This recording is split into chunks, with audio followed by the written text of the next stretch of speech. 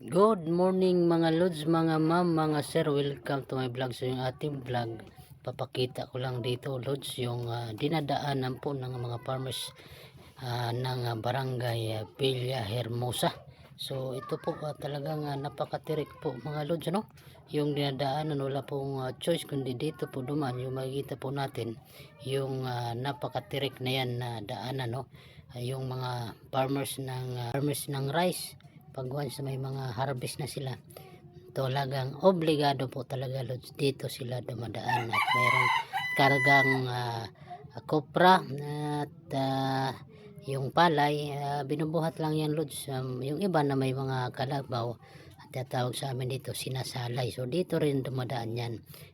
Pero kung wala ka namang kalabaw, mano-mano mo po yung bubuhatin, makaakyat ka po sa taas, kopra at saka palay. So ito, papakita ko lang rin lods, no, itong lawak ng aming kabarasan ng rice field. So ito po yung mga pangunahin pong hanap buhay dito sa bayan kong dito sa Barangay Hermosa, yung pagtatanim po ng palay, tapos yung nyug, yung kopra. So ito po yung ikinabubuhay namin dito mga lods sa aming lugar. So ito nga, dahil magpapasilong po tayo ng kalabaw, ito po yung kalabaw namin. So before kasi mga lods ipasilong, kailangan po yan na painumin ng tubig. So yun po ang pag-aalaga. So itong kalabaw namin babae. So ito parang buntis na yata to. So ngayon inumin muna natin para bago natin isilong. So ito po Lord, so mayroon kami ditong painuman ng kalabaw. Yung source nitong tubig galing po sa taas, mayroon pong parang pulso dun sa taas. So dito po ang bagsak sa baba, kaya linagyan po ng harang para magkaroon po ng stock, stock po ng tubig. Dahil ngayon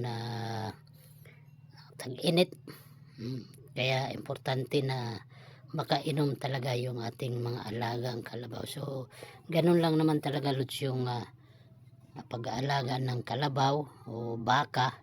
So wala pong gastos, di ka na kailangan bumili ng feeds, kundi sipag lang at syaga, kasi papakainin mo lang naman to ng damo, tapos yun, papainumin mo, pagkahapon naman susuga mo naman. So ganun lang ang routine ng pag-aalaga po ng kalabaw mga lods, no? So ito, naisilong na po natin yung kalabaw. So mayang hapon ano naman natin yan, isusuga.